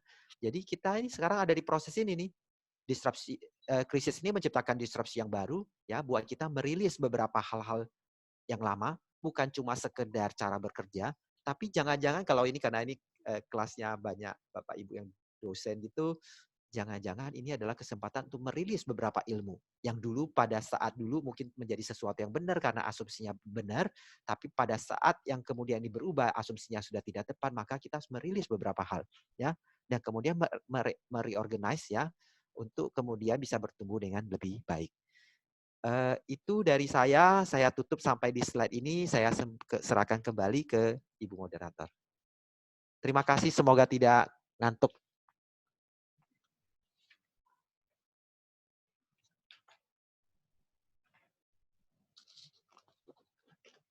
Terima kasih Bapak Mardiu. materi tersebut sangat menarik sekali. Saya mendapatkan banyak ilmu baru, saya dan teman-teman. Saya pikir kita sudah mengumpulkan pertanyaan dan lebih baik bertanya langsung jawab ya Pak Mardi ya, enaknya ya. Boleh. Baik begitu ya. Oke, pertanyaan pertama dari Bapak Firman. Bapak dari Firman Hidayat. Silakan Bapak, pertanyaannya disampaikan ke Bapak Mardi. Oke, terima kasih Ibu dan salam hormat untuk semua. Perkenalkan saya Firman Hidayat, Pak Mardi, yang bergelut di dunia insurance. Tadi Bapak menjelaskan terkait dengan dampak ya terhadap semua industri, di mana dunia asuransi sendiri terdampak pada fase ujung, itu asumsi saya. Karena bisnis asuransi itu adalah bisnis hilir yang akan terdampak setelah semua industri itu terdampak. Dampaknya untuk industri asuransi yang pertama adalah penurunan pendapatan premi, unbalancing cash flow, potensi fraud pada saat klaim. Termasuk dengan recovery di dunia asuransi pun itu akan terjadi setelah semua industri melakukan recovery. Itu. Kemudian yang kedua, saya sepakat terkait dengan masalah leadership, good leadership during pandemic, di mana kita memang harus tetap positif, kemudian trust dan transparan ya Pak Mardi. Nah, ada satu hal yang ingin saya tanyakan ke Pak Mardi itu terkait dengan temporal ambidexterity. Saya baru dengar nih istilah ini, tapi sangat menarik. Nah, temporal ambidexterity ini dari Nutrifood sendiri terkait dengan efisiensi dan inovasi yang sudah dilakukan pada masa saat ini itu seperti apa? Jadi itu mungkin salah satu contoh dari Nutrifood yang mungkin bisa perusahaan yang lain bisa contoh juga. Terima kasih Pak. Oke, terima kasih. Saya langsung jawab atau gimana, Bu? Langsung jawab, Pak Mardi. Nah, jawab ya. Oke, ya. Oke, ya. Saya tidak bergerak di bidang industri insurance ya, jadi saya nggak terlalu tahu detailnya. Tapi saya percaya bahwa pasti industri insurance itu kalau dalam jangka pendek pasti akan terpengaruh banget gitu. Cuma saya sama melihat kayak tadi yang saya bilang itu bisa finding the silver lining-nya, bagaimana caranya bahwa di perubahan ini pasti akan ada banyak offering-offering baru dari insurance industry yang bisa ditawarkan karena ada kebutuhan yang berbeda di masa ini. Ya, justru dengan banyaknya ketidakpastian harusnya orang kedepannya akan lebih tertarik untuk membeli insurance gitu. Jadi kadang-kadang karena itu tadi mungkin ini balik lagi ke ambidextrity tadi ya, orang kayak takut kemudian kita secara organisasi begitu melihat ini, waduh ini sebentar lagi pasti efek dampak negatifnya ke organisasi kita ini begitu besar, lupa melihat sisi positifnya ya. Sementara saya at least lihat bahwa kalau adanya ketidakpastian ini harusnya banyak offer baru, banyak kebutuhan, banyak demand baru dari customer untuk membutuhkan asuransi jenis baru yang mungkin selama ini tidak terpikirkan gitu ya. Itu pertama. Terus kedua tentang ambidextrity di Nutrifood. Seperti tadi saya jelaskan ada temporal sama spasial sama harmonious ambidextrity gitu. Kalau temporal ambidextrity biasanya memang lebih dari dipilih oleh organisasi yang kemudian dari bertumbuh dari kecil lebih fokus kemana, terus ke gede fokus kemana gitu. Kami di Nutrifood tidak terlalu banyak menggunakan itu. Tapi itu kebetulan itu topik disertasi saya. Kalau mau dicari nanti bisa cari nama saya dan cari topiknya harusnya ada di internet buat jurnalnya. Tapi di Nutrifood kami lebih banyak pakai spatial ambidextrity dan harmonious ambidextrity. Jadi justru kami kami berusaha supaya sepanjang periode, baik ada krisis, nggak ada krisis, kami bisa menjaga ambidextrity itu. Tapi caranya gimana? Kami membagi. Ada departemen-departemen, yang ada divisi-divisi yang memang akan lebih fokus ke efisiensi, ada divisi-divisi akan lebih fokus ke inovasi gitu. Ya, Tapi di level leader, kami tetap lebih sebenarnya mengusahakan harmonious ambidextrity supaya di tiap bagian itu selalu bisa menjaga keseimbangan di setiap saat. Bagaimana caranya untuk selalu bisa berfokus kepada dua-duanya. Itu mungkin jawaban dari saya, Pak Firman. Ya, Pak. Terima kasih, Pak. Oke, baik Pak Firman, sudah jelas ya Pak Firman ya. Insya Allah jelas, Bu. Terima Oke, kasih. saya akan lanjutkan dengan pertanyaan selanjutnya dari Mbak Rika. Silakan Mbak Rika, pertanyaannya yang singkat dan jelas karena waktu kita terbatas sekali. Monggo Mbak. Bu, saya baru bergabung, Bu. Terima kasih Pak atas kesempatannya. Saya Rika, kebetulan saya dosen dari Fakultas Ekonomi IB Dharma Jaya. Tadi berkaitan dengan Pak Firman mungkin sama, saya agak tertarik dengan konsep ambidexterity. Menurut saya itu kan konsep yang bagus. Nah, salah satu diusahakan harus melakukan realokasi resource yang ada pada perusahaan karena untuk menstabilkan tahap tumbuh sama tahap inovasi. Menurut Bapak, bagaimana sih melakukan realokasi resource yang bagus dengan menggunakan metode ambidexterity sehingga tetap efisiensi dan inovasi? Terima kasih. Oke. Saya coba jawab ya. Jadi gimana bisa mengalokasikan resources-nya? Tentu itu balik kepada situasinya, kepada industri masing-masing. Yang jelas adalah mungkin bisa dilihat bagaimana kita kalau mau secara lebih diukur itu adalah bisa melihat dari anggaran. Bagaimana kita bisa mengalokasikan anggaran-anggaran yang digunakan untuk inisiatif-inisiatif yang jangka pendek ataupun yang berorientasi ke efisiensi dan anggaran-anggaran yang berorientasi ke masa depan dan berorientasi ke inovasi. Itu pertama. Terus kedua adalah bisa lihat dari struktur organisasi sebenarnya. Bagaimana kita mengatur struktur organisasi kita. Kalau struktur organisasi kita hampir semua peran atau role atau job desk itu memang fokusnya di sesuatu yang berhubungan dengan efisiensi dan sesuatu yang existing, ya berarti kita belum cukup balance gitu. Ya kita bisa melihat sebenarnya kita lihat dari seluruh struktur organisasi bagaimana kita bagi berapa persen orang di dalam organisasi yang berfokus kepada efisiensi, berapa orang yang berfokus kepada inovasi atau pengembangan gitu ya. Biasanya kalau organisasi besar yang lebih stabil, jarang ada yang sampai separuh-separuh ya. Kebanyakan lebih banyak itu justru di yang existing, di yang efisiensi itu bisa sampai 80, 90, bahkan mungkin sampai 95%. Hal yang gampang aja kalau misalnya lihat di kampus gitu ya, bagian pengembangan di kampus itu ada berapa orang sih dari total staf kampus yang ada?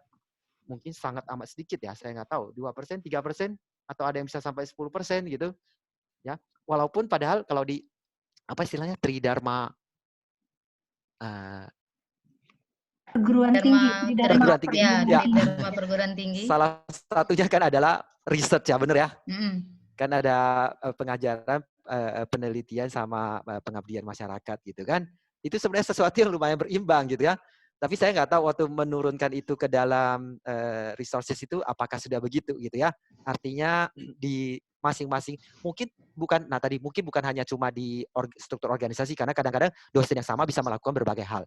Tapi kalau di pendidikan bisa lihat apakah proporsi waktu dari dosen tersebut melakukan 3 hal tersebut berimbang nggak?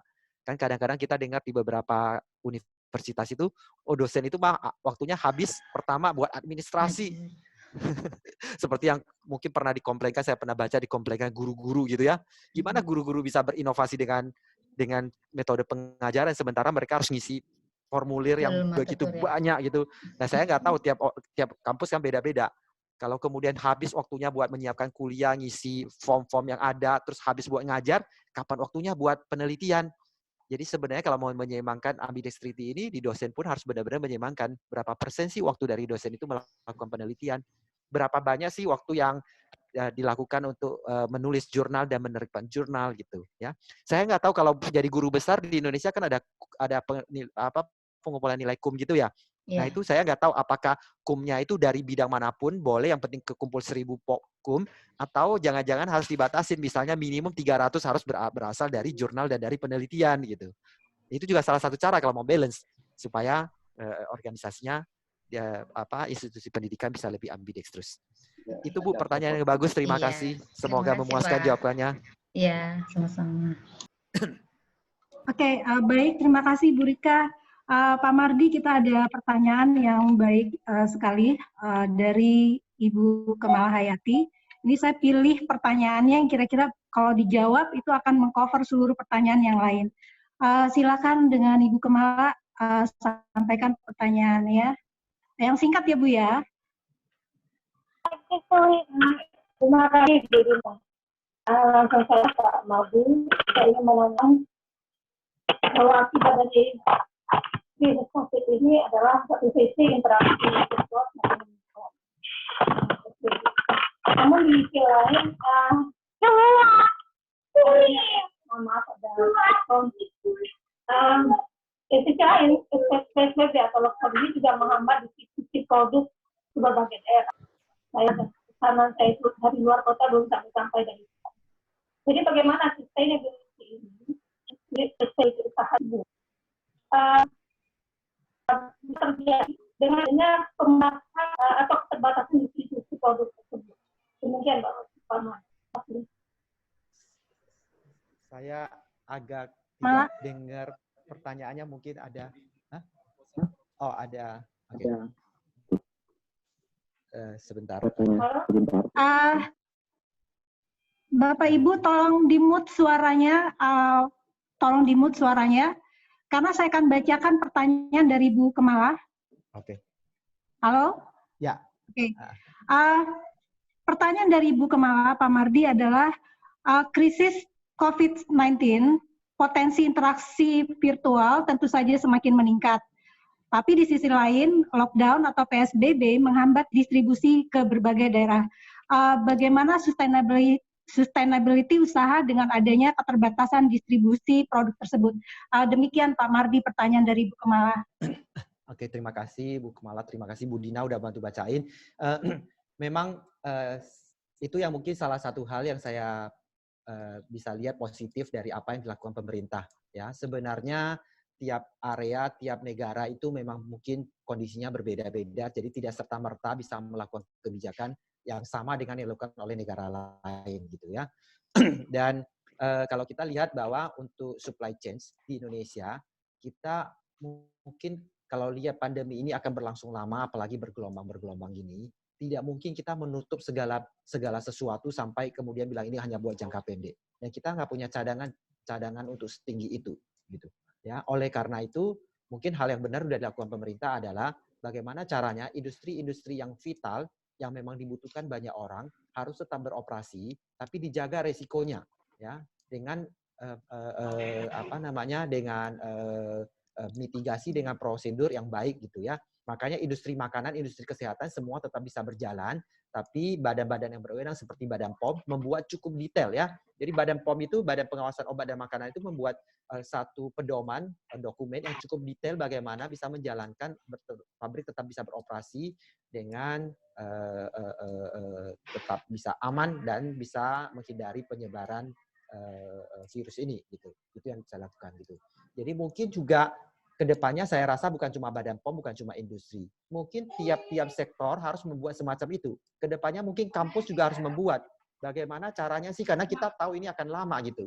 Jadi begitu kita dalam sebulan, 2 bulan ke depan, atau semester depan, kalau kita udah tahu datanya seperti ini, bagaimana kampus akan beroperasi gitu. Ya itu mungkin guidelines. Kalau tetap ada di kelas atau tetap harus masuk ke kelas itu harus seperti apa prosedurnya gitu. Itu yang mungkin perlu disiapkan ya. Jadi menurut saya memang tergantung bidang-bidang yang bisa jasa atau sesuatu yang tidak membutuhkan kehadiran fisik, virtual itu harus dikuatkan dan itu membantu mengatasi hal ini gitu. Tapi sesuatu yang masih membutuhkan fisik ya seperti makanan, kehadiran fisik beberapa aktivitas tertentu itu harus diatur dengan baik. Mungkin itu Bu Kemala, itu jawaban saya Bu Dina. Oke, baik. Terima kasih Pak Mardiwu. Bu Kemala sudah cukup jelas ya? Ya, terima kasih Pak Mardi, Bu Dina. Oke, saya akan teruskan dengan pertanyaan dari panelis berikutnya. Silakan dengan Ayu Puspita. Silakan Ayu. Pertanyaannya tolong disingkat. Saya harus ingatkan lagi karena waktu kita sudah mendekati berakhir dan Pak Mardiwu waktunya juga terbatas. Baik, siang Pak Mardi. Saya mahasiswa Unila jurusan S1 Manajemen. Saya ingin bertanya, bagaimana strategi dari suatu perusahaan untuk tetap menstabilkan sahamnya di tengah pandemi ini, dan bagaimana perusahaan itu dalam menghadapi world least contact atau contact free economy. Terima kasih. Oke. Saya rasa semua perusahaan yang listed di publik pasti akan terpengaruh ya, karena banyak investor pasti tidak nyaman dengan ketidakpastian yang ada, sehingga harga sahamnya pasti terdampak. Tapi saya percaya bahwa perusahaan-perusahaan atau organisasi yang bisa melihat lebih menangkap kesempatan-kesempatan baru yang ada, itu bisa menyakinkan investor bahwa mereka tetap bisa akan sustain dan tetap akan profitable di kuartal-kuartal berikutnya, gitu ya. Jadi itu penting. Bagaimana caranya supaya harga saham mereka nggak jatuh? Ya salah satu mungkin balik lagi kuncinya tadi ambidextrity. Lihatin, jangan panik, jangan hanya fokus kepada krisis, tapi lihat kesempatan-kesempatan ada yang bisa bertumbuh sehingga mereka bisa mengingatkan investor bisa melihat apa yang dilakukan oleh manajemen itu akan membawa bahwa mereka tetap bisa survive dan bahkan tetap bertumbuh di kuartal berikutnya. Kecuali buat beberapa sektor yang memang mungkin susah untuk dihindari dampaknya ya, kayak industri penerbangan, traveling, itu mungkin akan susah sekali untuk bisa menjaga tetap positif. Tapi setidaknya mereka bisa at least mencegah supaya jatuhnya tidak terlalu dalam. Tapi buat beberapa industri, consumer goods, ya, perbankan, saya yakin harusnya mereka kalau bisa mitigasi ini dengan baik, mereka tidak akan turun, gitu, ya. Itu mungkin jawaban dari saya soal yang pertama. Tadi yang kedua, tadi ada 2 pertanyaan. Satu lagi tentang, boleh diulang yang pertanyaan keduanya tadi? Bagaimana perusahaan dalam menghadapi world contact risk? Oke. Bagaimana menghadapi world contact free tadi, contact free economy? Nah, makanya harus lihat balik lagi ke bisnis modelnya masing-masing, bagaimana supaya bisa mengubah bisnis modelnya ya, atau mengubah prosedur kerjanya supaya bisa menyesuaikan dengan normal baru yang ada ya. Kayak tadi contohnya kalau di pabrik, layout pabrik tadinya orang-orang berdekatan, gimana caranya supaya bisa mengatur ulang pabriknya. Kalau tadi misalnya di bank misalnya banyak kasirnya membuat orang antri, sekarang harus pikir caranya bagaimana pindahin supaya perbankan bisa lebih mobile sehingga orang tidak datang ke perbankan ya. Saya rasa salah satu hal yang mungkin sudah dilakukan oleh berbagai bank, setahu saya BCA sudah mengubah nilai maksimum transfer yang bisa dilakukan lewat internet, gitu ya. Tadinya misalnya nilainya sekian, sekarang sudah dinaikkan supaya orang tidak bolak-balik datang ke bank gitu. Jadi orang bisa melakukan dengan nilai lebih besar dari rumah masing-masing. Itu dari saya, Ayu. Ya, baik. Ayu, bagaimana sudah jelas ya, Ayu ya? Ya, Miss. Oke. Dari Ibu Siti Adina, beliau merupakan dosen Fakultas Ekonomi Bisnis dan Bisnis Islam UGM Mataram. Ibu Siti Adina, pertanyaan bagus sekali, tolong dibacakan kepada Bapak Mardiwu. Bu Siti, monggo.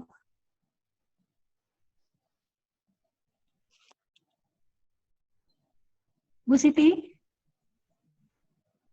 Bu Siti Adina.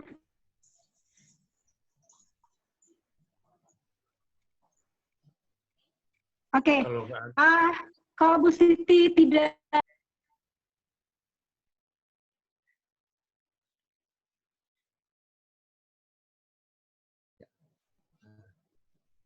lagi tunggu atau saya jawab dari sini?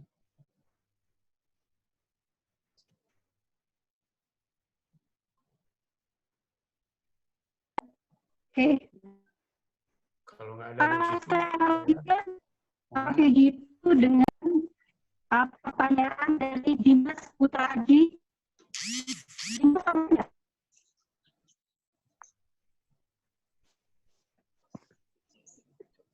Dimas. Oke, terima kasih Bu. Jadi pertanyaan saya singkat saja, bagaimana Indonesia mengambil kesempatan Bu untuk menjadi global production hub dunia, di samping Cina kan sekarang masih mendominasi. Terus yang kedua untuk Nutrifood sendiri, apabila worst scenario terjadi, seperti tadi kata Bapak ada second wave, dan juga kita nggak pernah tahu recovery-nya U-shape atau V-shape, apakah stok produk itu tetap terjaga, cukup, dan apabila worst scenario terjadi, bagaimana Nutrifood sendiri itu mengatasi fenomena panic buying di masyarakat? Terima kasih. Oke. Saya mungkin jawab yang kedua dulu, yang lebih mudah. Yang jelas adalah so far sebenarnya kalau kita lihat bisnis secara keseluruhan cukup agile untuk menghadapi hal ini. Jadi yang kemarin kita takutkan adalah begitu di bulan-bulan awal pandemi itu, beberapa supply global itu memang sempat agak terganggu gitu. Tapi tidak semuanya, artinya kita karena masih punya stok, terus kemudian yang kita lakukan adalah kita bisa meningkatkan stok. Jadi mungkin sekarang melakukan bisnisnya tidak seefisien dulu, artinya kita harus nimbun stok lebih banyak gitu ya. Kayak contoh kami buat beberapa item itu bahan bakunya itu berasal dari Malaysia misalnya. Ya, nah pada saat Malaysia lagi lockdown kemarin, memang beberapa supply agak terkendali gitu. Tapi kami kebetulan punya stok yang cukup, tapi melihat hal itu terus kami menaikkan stok untuk berikutnya di bulan-bulan berikutnya gitu ya. Tapi kami percaya juga tidak semua negara akan lockdown sama sekali untuk barangnya ya, untuk pergerakan orang mungkin. Jadi kayak sekarang sebenarnya barang bahan baku itu dari Eropa, dari mana-mana sudah mulai kembali berjalan normal ya. Yang lebih ditakutkan adalah ketidakstabilan mata uang rupiah yang bisa mengganggu harganya. Tapi kalau logistiknya sekarang relatively sudah mulai lebih lancar. Cuma ketidakpastiannya ada, makanya harus menjaga harus menjaga level stok yang lebih tinggi gitu. Nah, kalau tanya Nutrifood bagaimana menghadapi ke depannya, kita memang sudah mempersiapkan, dan kebetulan kita di industri makanan yang mungkin relatively terdampaknya tidak terlalu separah mungkin beberapa industri yang lain seperti di traveling gitu. Jadi kita justru mencoba untuk mereorientasi bagaimana caranya kita berfokus kepada sektor-sektor atau jenis-jenis produk atau ke brand-brand yang lebih bisa bertumbuh lebih baik gitu. Nah, kebetulan kita memang di industri makanan yang bergerak di makanan sehat, di mana justru trennya beberapa produk kita itu menunjukkan adanya pertumbuhan justru selama COVID ini. Ya, kalau kita lihat sebenarnya pada saat kita lihat bahwa tadi saya udah cerita bahwa orang butuh vitamin C, yang jelas orang akan selalu butuh nutrisari. Jadi tinggal bagaimana kita bisa mendeliver itu dengan baik ya. Terus kedua, salah satu faktor letalnya COVID ini ya, faktor yang memperparah keparahan COVID ini adalah salah satu faktornya adalah diabetes gitu ya. Makanya orang-orang yang akan mungkin lebih sadar, lebih waspada untuk menjaga kadar gula darahnya. Dan hal ini berimpak memang produk-produk kami yang memang Tropicana Slim yang menyediakan produk-produk yang bebas gula itu menjadi satu brand yang memang punya kesempatan yang lebih baik ke depannya gitu. Jadi karena kami berada di industri ini, kalau secara khusus Nutrifood harusnya persiapan kami cukup aman, cukup bisa ini, kecuali ya kalau ada gelombangnya benar-benar parah banget sampai seluruh supply global itu terhenti, nah itu memang mungkin kami harus mencari akalnya untuk supaya tetap bisa beroperasi dengan baik gitu ya. Terus kalau tentang Cina, bagaimana hambatan di Cina, Indonesia bisa mengambil kesempatan dari situ. Saya pikir Cina itu juga cukup agile ya, begitu kemarin mereka lockdown sebentar, memang sempat beberapa bahan baku yang dari Cina itu terganggu, tapi sekarang mereka udah buka dan kemudian rata-rata industri saya lihat sudah tidak begitu terganggu ya supply-nya dari Cina gitu. Dan buat kita untuk mengejar, untuk bisa membangun industri yang bisa bersaing dengan mereka seefisien itu mungkin butuh waktu tidak semudah itu juga. Jadi menurut saya kita mengambil kesempatan itu tidak selalu harus mengambil kesempatan karena semua orang kenanya sama gitu. Jadi belum tentu kita bisa mengejar mereka cuma sekedar karena mereka terganggu sesaat kemarin gitu ya. Malah yang saya lihat sebenarnya mungkin kalau di Indonesia itu mau mengejar justru mungkin harus lihat beberapa sektor yang tadi faktor pertama yang bahwa distance back, globalisasi menjadi sesuatu tren yang terbalik, nanti akan jadi deglobalisasi. Yang akan terjadi adalah mungkin industri pariwisata itu akan menjadi satu industri yang cukup menarik untuk dianalisa gitu ya. Karena turis-turis global mungkin nggak balik. Tapi masalahnya kita juga nggak bisa keluar negeri, ya nggak bisa segampang itu keluar negeri. Sehingga apa? Turis domestik akan memenuhi. Nah, bagaimana cara mereorientasi industri pariwisata di Indonesia untuk melayani pasar domestik itu menjadi satu hal yang menarik, ya. Belum lagi ditambah dengan namanya contact free economy. Artinya setiap tempat-tempat wisata mungkin akan dibatasi jumlah orangnya, ataupun kalau terlalu ramai, pasar sendiri mengatur orang nggak berani ke situ. Sehingga ini membuka kesempatan baru buat tempat-tempat wisata baru untuk muncul gitu. Itu mungkin dari saya, Pak Dimas. Dimas, cukup ya penjelasannya tadi sudah cukup baik dari Pak Mardi. Oke, baik. Kita masih ada 2 menit untuk sesi pertanyaan. Saya akan mewakili Ibu Siti Ardina. Pertanyaan beliau juga sama dengan saya. Sebagai pengajar mata kuliah kewirausahaan, bagaimana caranya supaya meyakinkan mahasiswa untuk tetap fokus menjalankan startup, karena mahasiswa biasanya sekali gagal tidak mau mencoba, Pak. Sebagai dosen kewirausahaan, untuk memotivasi mereka itu agak cukup kesulitan. Sarannya Pak Mardi, kasih. Oke. Terima kasih. Nah, ini pertanyaan yang sangat amat menarik sebenarnya. Kalau saya malah lihat balik lagi, sebenarnya wirausaha itu orang selalu masih berdebat antara 2 hal. Apakah orang memang dari lahir memang punya kemampuan, punya keberanian untuk selalu ambil resiko, atau orang bisa diajarin? Apakah itu sesuatu yang memang dibawa dari lahir atau sesuatu yang bisa dipelajari gitu, ya. Banyak diskursus tentang ini dan keduanya mungkin benar gitu ya. Nah, menurut saya kalau kita di pendidikan ada 2. Kalau kita memang jurusannya khusus jurusan entrepreneur, maka sebenarnya rekrutmen itu menjadi penting. Rekrutmen mahasiswa yang masuk jangan cuma sekedar lihat pinter, tapi lihat mereka memang orang-orang yang punya karakter yang memang cocok untuk menjadi wirausaha.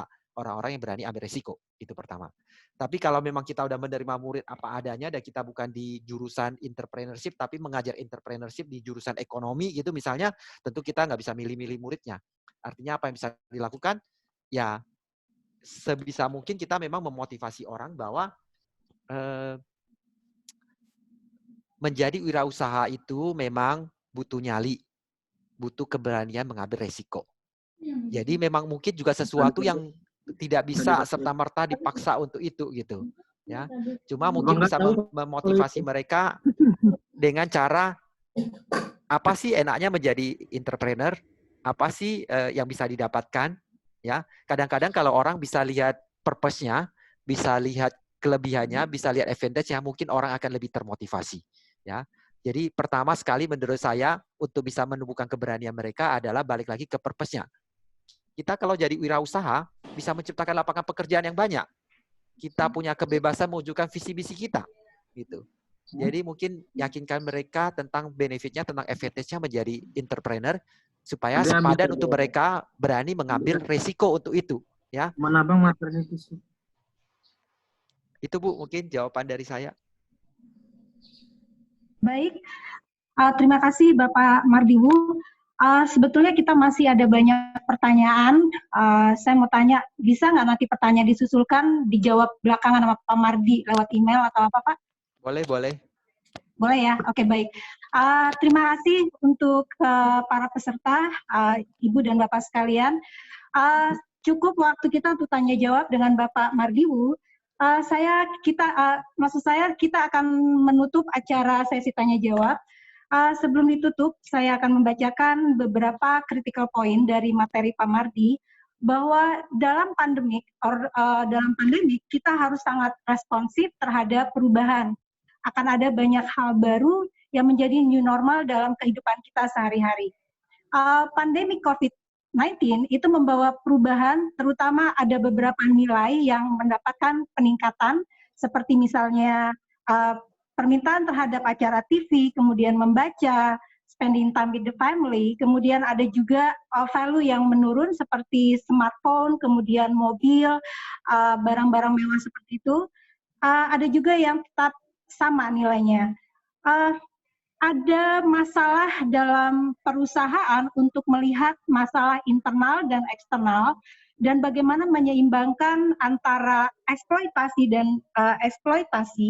dan juga eksplorasi agar perusahaan dapat bertahan dalam masa outbreak. keterbukaan pemimpin untuk merespon perubahan sangat diperlukan kerjasama dengan bawahan. Artinya bagaimana memotivasi karyawan untuk tetap bertahan, untuk tetap mampu termotivasi, bagaimana bicara dengan mereka untuk merubah strategi, itu sangat diperlukan.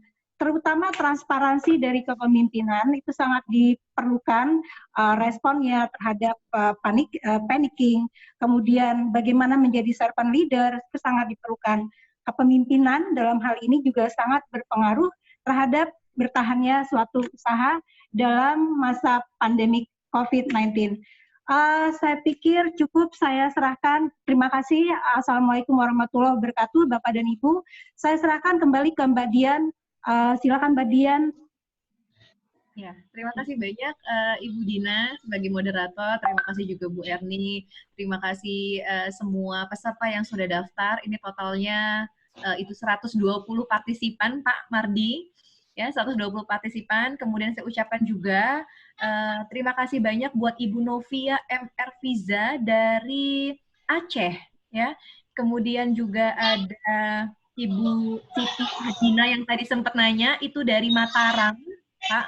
Dan kemudian juga ada, jadi banyak banget Pak, bukan hanya dari Lampung, juga dari beberapa universitas yang memang rekanan dari Unila itu diajak juga nih bareng sama Ibu dekannya ya Pak ya, untuk gabung bareng sama kita gitu. Terima kasih sekali Pak Mardi atas waktunya.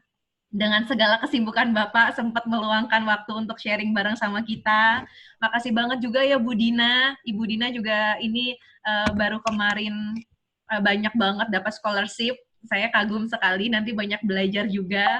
Kemudian buat teman-teman semua, thank you banget. Makasih juga buat Bapak Dekan, Bapak Dr. Nairobi SEMSI, kemudian Ibu Kaprodi MM Unila, Ibu Mahrina Sari, dan Ibu Wakil Dekan, Ibu Erni ya. Terima kasih sekali lagi. Nanti kita akan kirimkan e-sertifikat ke email-email yang sudah daftar di link pendaftarannya. Kemudian untuk Bapak Ibu yang tadi sudah memberikan sudah catat, nanti bisa resumenya langsung di-tag di IG-nya Lokalate dan juga boleh tuh langsung di-tag ke IG-nya Pak Mardi. Nanti beberapa resume yang terbaik akan kita kirimkan door prize dari Lokalate. Untuk pertanyaan, 3 pertanyaan terbaik juga tadi sudah kami catat, nanti akan kami dapatkan nomornya. Bapak Ibu di rumah aja, nanti bisa ngopi di rumah aja bareng sama Lokalate ya. Kalau mau dapetin Lokalate langsung juga nanti bisa klik di www.nutrimat.co.id. Bapak Ibu di rumah aja, nanti barangnya langsung sampai di rumah dan bisa langsung cobain Lokalatenya. Sekali lagi terima kasih Bapak Ibu semuanya.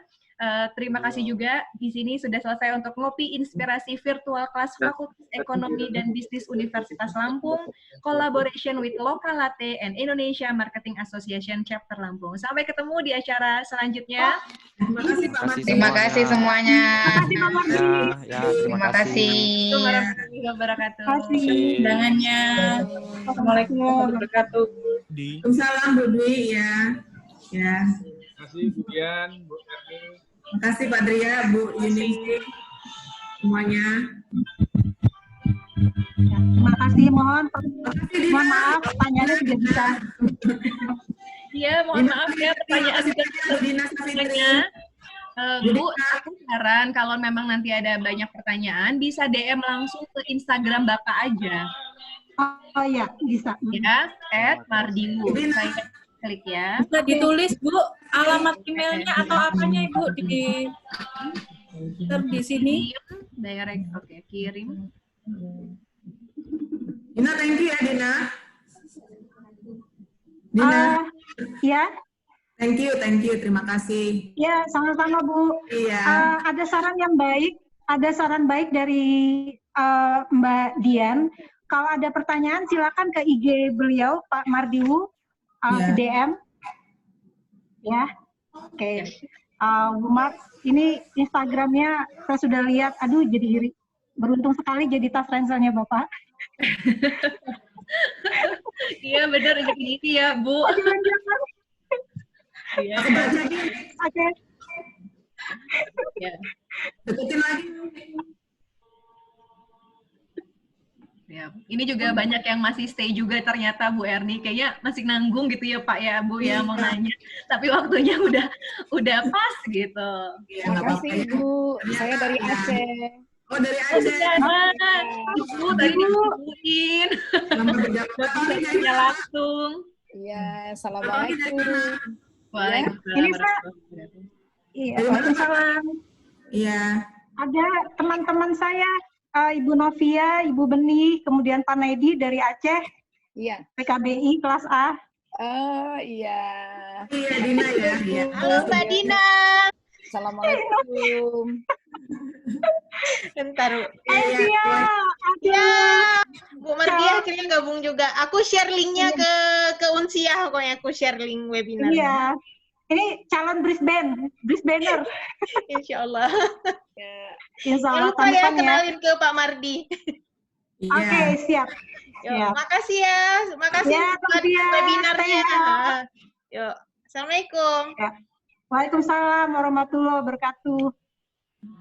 So far gimana Bu? Ada masukan nggak buat Lokalate dan juga IMA Mengajar biar nanti virtual kelas kita tanggal 15 ya, itu bisa lebih oke gitu, lebih improve lah. Kira-kira gimana ya?